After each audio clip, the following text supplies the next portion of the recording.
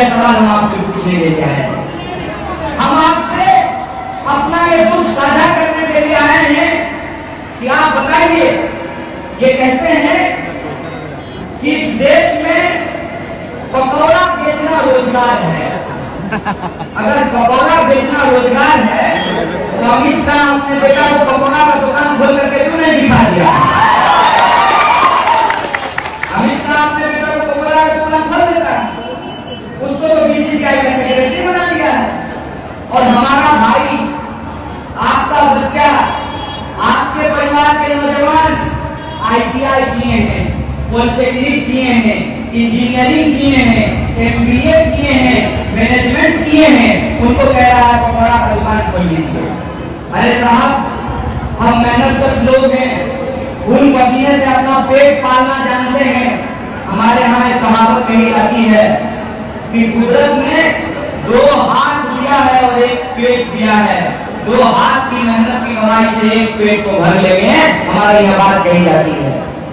हम मेहनत मजदूरी करके अपना पेट भर लेंगे, लेकिन हम आपसे सरकार होने के नाते ये सवाल पूछना चाहते हैं कि आपके पास हमारे देश के नौजवानों को, आसाम के नौजवानों को देने के लिए रोजगार नहीं है, लेकिन बीसीसीआई का सेक्रेटरी बनाने के लिए अपने बेटा का आपके पास पोस्ट है।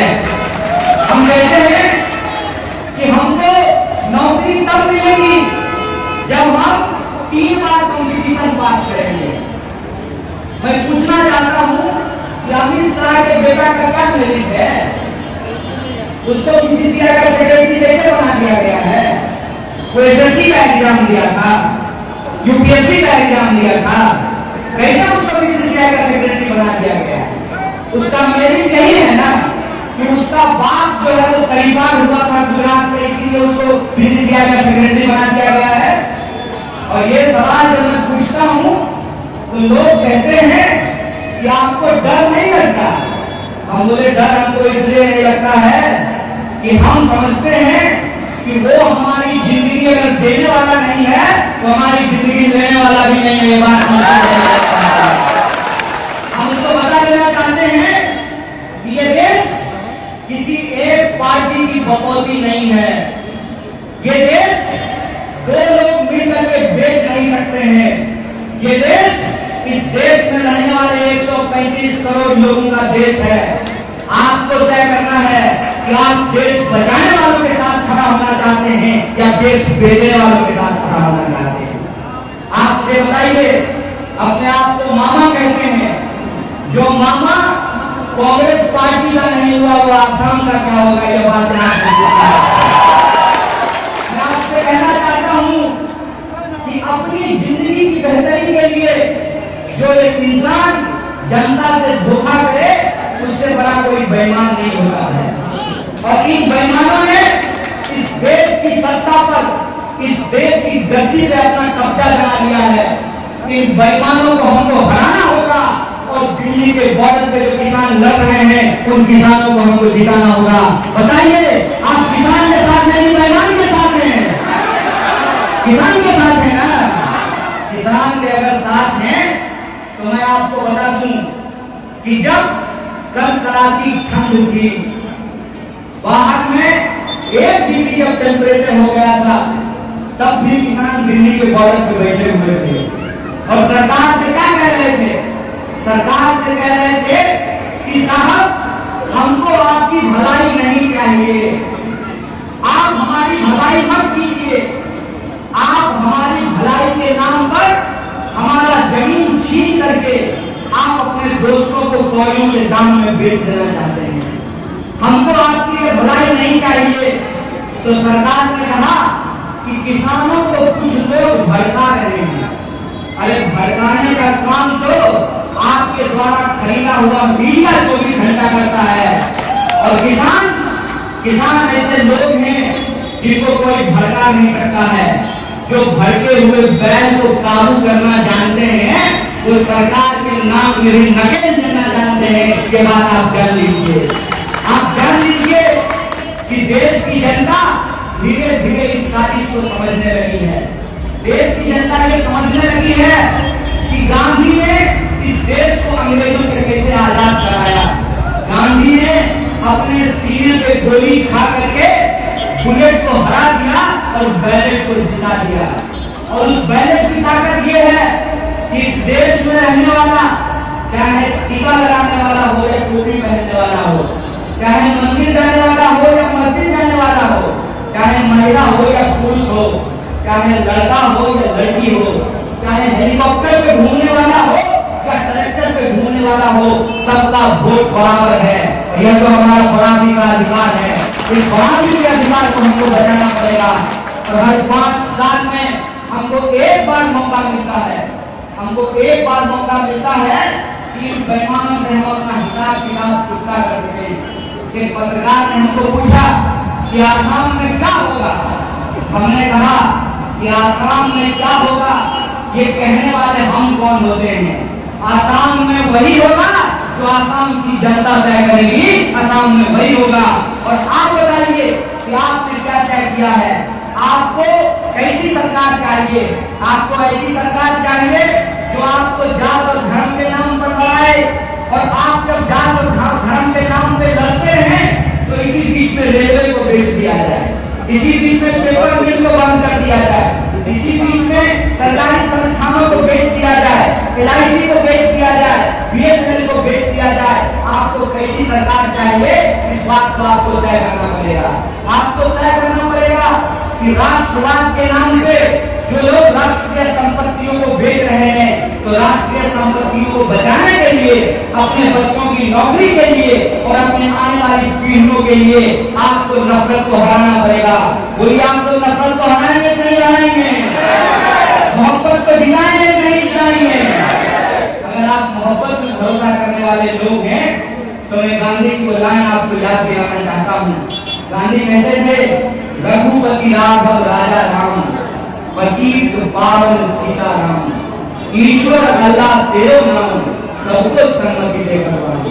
आज अगर गांधी जिंदा होते तो इस लाइन में कुछ लाइन और जोड़ते और कहते, रघुपति राघव राजा राम, पतित पावन सीता राम, ईश्वर अल्लाह तेरो नाम, सबको सम्मति दे भगवान। हिंदू हो या मुसलमान, सबको मिले बराबर का आत्म सम्मान। मजदूर को मजदूरी, किसानों को उनके फसल का दाम, नौजवानों को काम, उसी से बनेगा देश महान। अगर देश को हम महान बनाना चाहते हैं तो जाति और धर्म के झगड़े से निकल करके हमारा जो रोजी रोजगार, कपड़ा, मकान, शिक्षा, स्वास्थ्य, सड़क, बिजली, पानी का सवाल है, उस पर हमको वोट करना पड़ेगा। आपको ये समझना पड़ेगा, आपके जीवन की सबसे बड़ी समस्या ये है कि हर साल आपके यहाँ बाढ़ आती है। आती है कि नहीं आती है? बिहार में भी हर साल बाढ़ आती है। हर 5 साल में हम सरकार को बदल देते हैं, लेकिन बाढ़ से होने वाली हम तबाही को नहीं बदल पाते हैं। इसीलिए इस देश की जो जनता है उसको ये समझना पड़ेगा कि चुनाव किसी को नेता बनाने के लिए नहीं होता है। चुनाव इस बात के लिए होता है कि हम कैसे सरकार का चुनाव करेंगे कि वो सरकार नागरिकों के लिए काम करेगी। बोलिए, आप प्रजा है कि नागरिक है? नागरिक है ना? नागरिक है ना? राजा तो नहीं है ना कोई?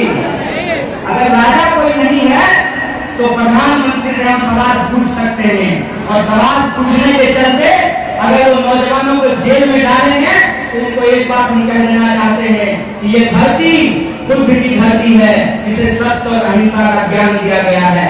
इस धरती पे एक झूठे को हराने के लिए हम सच बोलेंगे, हम सच बोलेंगे।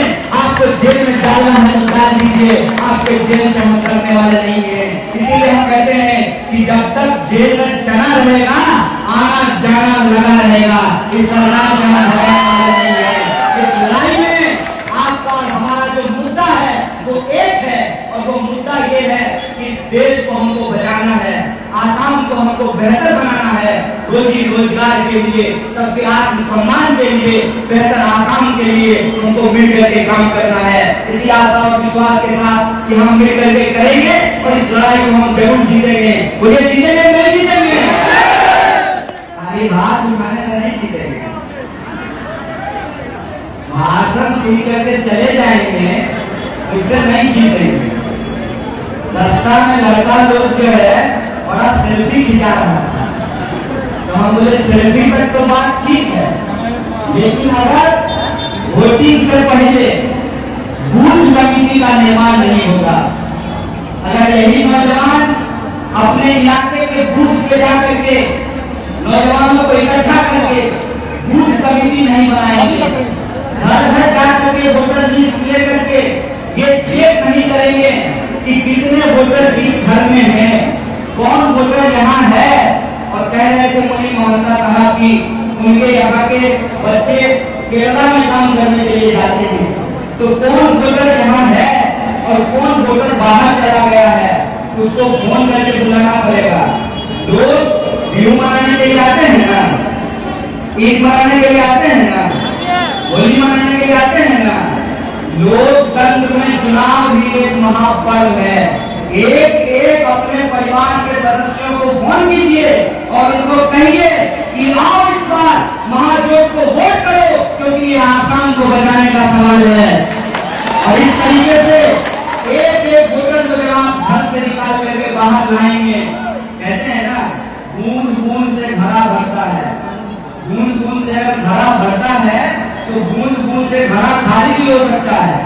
अगर आप परिवर्तन चाहते हैं, आप चाहते हैं कि बेईमानों को बाहर किया जाए, ये जो जहरीले लोग हैं जो मुंह से जहर उगलते हैं, इनको अगर आप गलती से उठा फेंकना चाहते हैं तो एक एक कैंडिडेट को आपको जिताना पड़ेगा। चाहे किसी का एक कैंडिडेट हो, किसी का 5 कैंडिडेट हो या किसी का 50 कैंडिडेट हो, एक एक कैंडिडेट को आपको जिताना पड़ेगा, क्योंकि एक एक ईंट जुड़ने से घर बनता है, एक एक विधायक को जिताने से सरकार बनता है। जब आप हम लोगों को दिमाग में रखना पड़ेगा। तो इसके लिए आप तैयार हैं? नौजवान सब तैयार है? अगर आप तमाम लोग तैयार हैं तो मैं आपको एक बात का भरोसा दिलाना चाहता हूँ कि एक बार इंसान अगर अपनी लड़ाई को लड़ने के लिए तैयार हो जाए तो उस लड़ाई को जीतने से उसको कोई नहीं रोक सकता है। एक छोटी सी कहानी बता करके मैं अपनी बात को खत्म करूंगा। हमारे बिहार में अभी मैं जब गया था बराक वैली में सोनाई विधानसभा में, तो हिंदी भाषा भाषी के कुछ लोग वहां पर रहते हैं और उनका एक पवित्र स्थान है ब्रह्म स्थान। ब्रह्म स्थान में वो हमको लेकर के गए और पूजा करवा रहे थे। तो पूजा कराते हुए पुजारी कह रहे थे विश्व शांति, ब्रह्म शांति, सर्व शांति। तो मेरे मन में विचार आ रहा था कि जहां पर विश्व शांति की बात होती हो, ब्रह्म शांति की बात होती हो, सर्व शांति की बात होती हो, उस धर्म का नाम लेकर के हाथ में तलवार उठा करके कोई किसी का कत्ल कैसे कर सकता है, खून खराबे की बात कैसे कर सकता है, यह बात मेरे दिमाग में आ रही थी। उसी वक्त हमने ये तय कर लिया था कि आज के डेट में समाज में 2 तरह के लोग हैं। एक वो लोग हैं जो रास्ता बनाते हैं और दूसरा वो लोग हैं जो रास्ते में पत्थर डालते हैं। मुझे कहानी में आपको बता रहा था कि बिहार में एक इंसान जिसका नाम था दशरथ मांझी। दशरथ मांझी ने छेनी और हथौड़ी लेकर के पूरा का पूरा पहाड़ काट करके रास्ता बना दिया था। आप तो इतने लोग हैं, अगर आप सब लोग एकजुट हो जाएं, इकट्ठा हो जाएं, यह सोच करके कि अगर अंग्रेजों को हराने के लिए राम प्रसाद बिस्मिल और अशफाक उल्लाह खान एक साथ फांसी पर चढ़ सकते हैं, तो इस देश को बचाने के लिए कन्हैया और कलाम को भी एक साथ आना पड़ेगा। और यह एकजुटता ही इस देश में परिवर्तन का बयान लेकर के आएगी। तो इसके लिए आप तैयार हैं? अगर आप तैयार हैं तो हर हाल में आपकी जीत होगी। इन्हीं शब्दों के साथ, इसी शुभकामना के साथ, इसी बधाई के साथ अपनी बात को खत्म करता हूँ। लड़ेंगे, जीतेंगे। शुक्रिया। इंकलाब जिंदाबाद।